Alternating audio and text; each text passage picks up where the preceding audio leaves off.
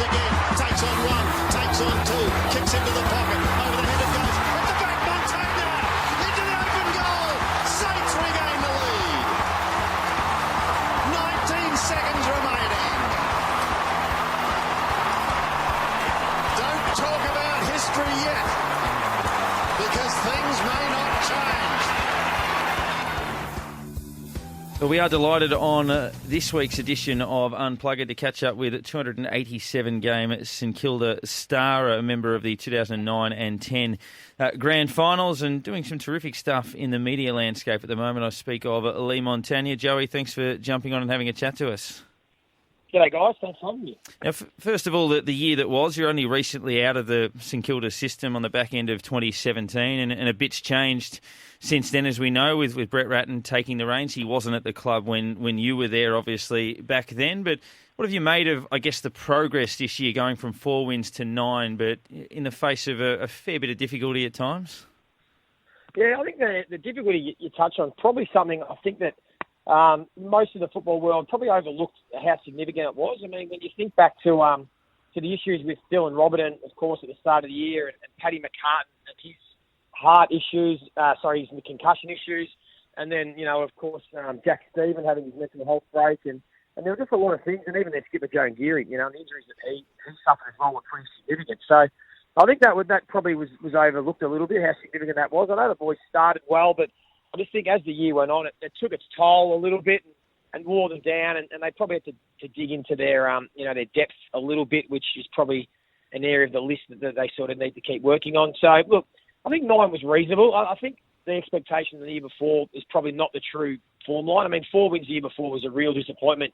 So you probably had to go to the 2 years before that with 11 and 12 wins is a bit more of a benchmark. So I think the club is probably at where they're at. They're a team that's just outside of the top 8 or 9 teams in the competition at the moment.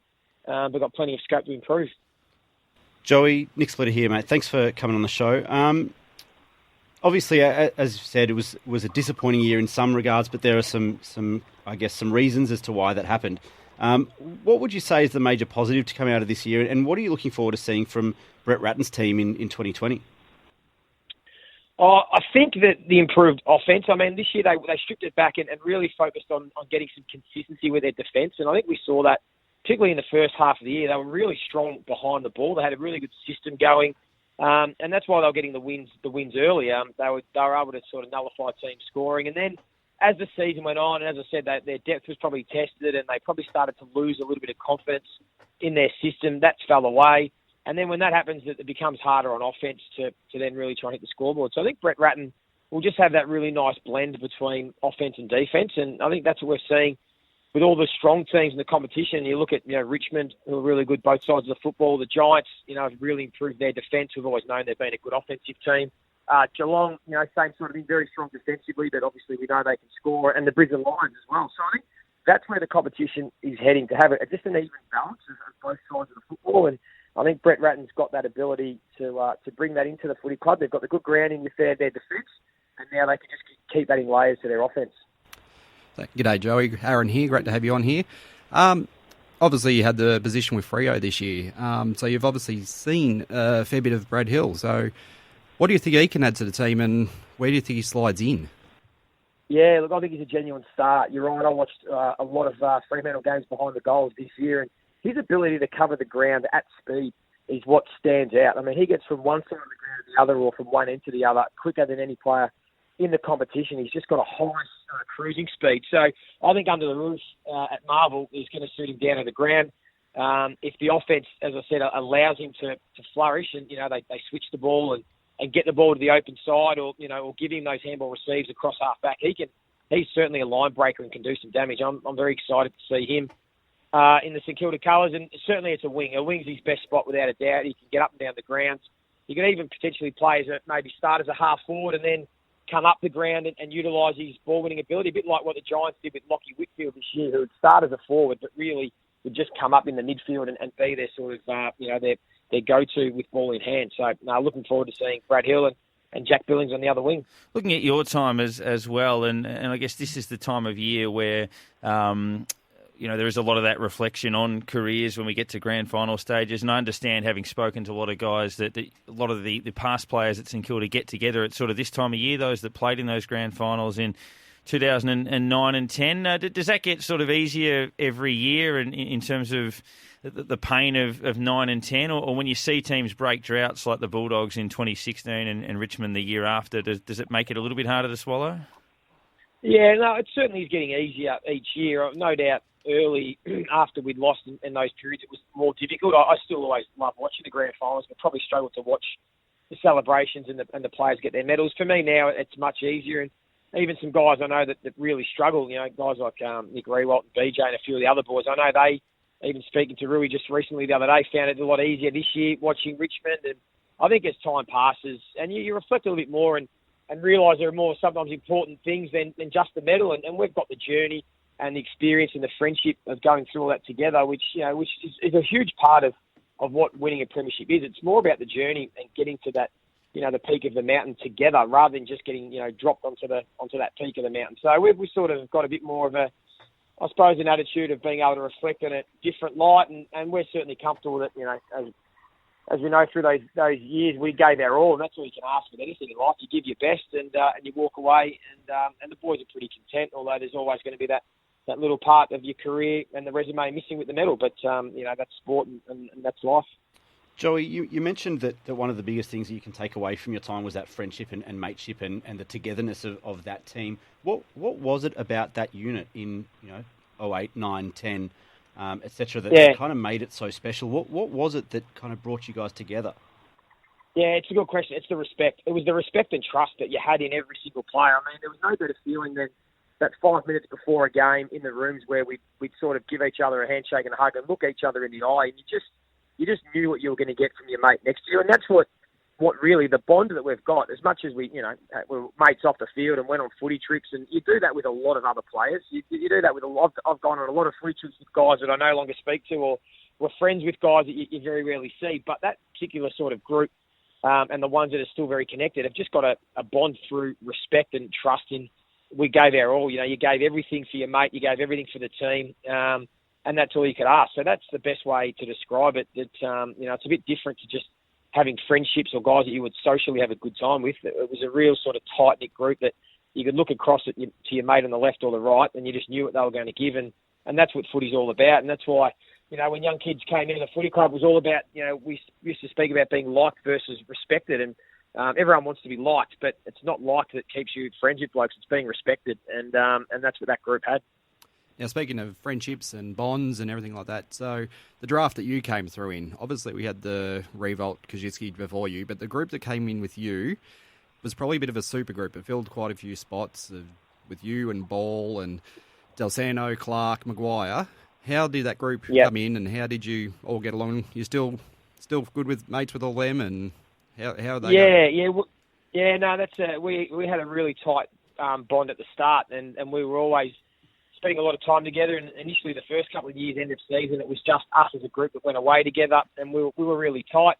So we were sort of lucky in that respect. But again, as we've sort of gotten older, and that's now 18, 19 years ago, we're all still obviously going to be friends forever, but harder to see a lot of those guys. And really, as much as, David Clark and Matty Maguire, and even to a little bit of an extent, Luke Ball, we're all friends because probably particularly sort of Matt and Xavier weren't part of that sort of 9 and 10 teams. It's probably the guys that we don't see as often, but and Luke Ball sort of fits somewhere in between because he was there in 09 and then was obviously at the Pies in 2010. But no, they're fond memories, and I was very lucky to come to those guys. They made me a better player purely by their competitiveness and their determination early. I mean, it taught me what was needed to work hard and probably to have those guys your age to compete with, whether it was in the gym or in your running sessions or those sorts of things. So we really pushed each other, and I think that's what helped us get the best out of each other. Leigh Montagna is with us. If I get this timeline wrong, I apologise. So as I understand, you broke your leg in your first game against Collingwood, which was in 2002. And then for the next couple of years, Grant Thomas primarily used you, it seemed, as a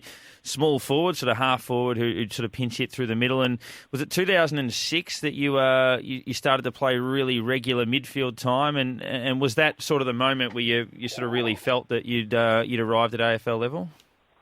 Yeah, spot on. Yeah, first year just the one senior game and had a broken ankle, and then in and out of the side for probably the next 3 years. I was probably one that just still needed to work on my football, and was always sort of quite small and needed to work on the contested side and just trying to find a regular spot in what was a pretty strong team. Still made prelims in 04 and 5, and then and was played as a half forward, small forward. And then in 2006, you're right, I got the opportunity to start off by playing a few run with roles. I actually got a bit of a few tagging opportunities on the likes of Jason Ackermanis and Daniel Wells and a few guys, and from there was able to do a reasonable job to then hold my spot and sort of play a bit more wing through that period. And that's, you're right, when I found that I was now a regular in that senior team, and that's when you start to feel more comfortable, when you know you're going to get a game each week and you can just continue to improve rather than sort of worrying about whether you're going to get picked or not. And the career sort of flourished from sort of 2006 onwards. Joey, on a couple of the previous episodes of Unplugged, we've had some guys, the likes of Spider Everett, Stephen Milne, Adam Schneider, and one of the things that those guys all have in common is that they're all a bit of a larrikin, loved a bit of a laugh, and had some fun in the locker room. You were probably in that same range earlier in your career, especially as a younger bloke. What's the greatest prank you've seen at the footy club in your time?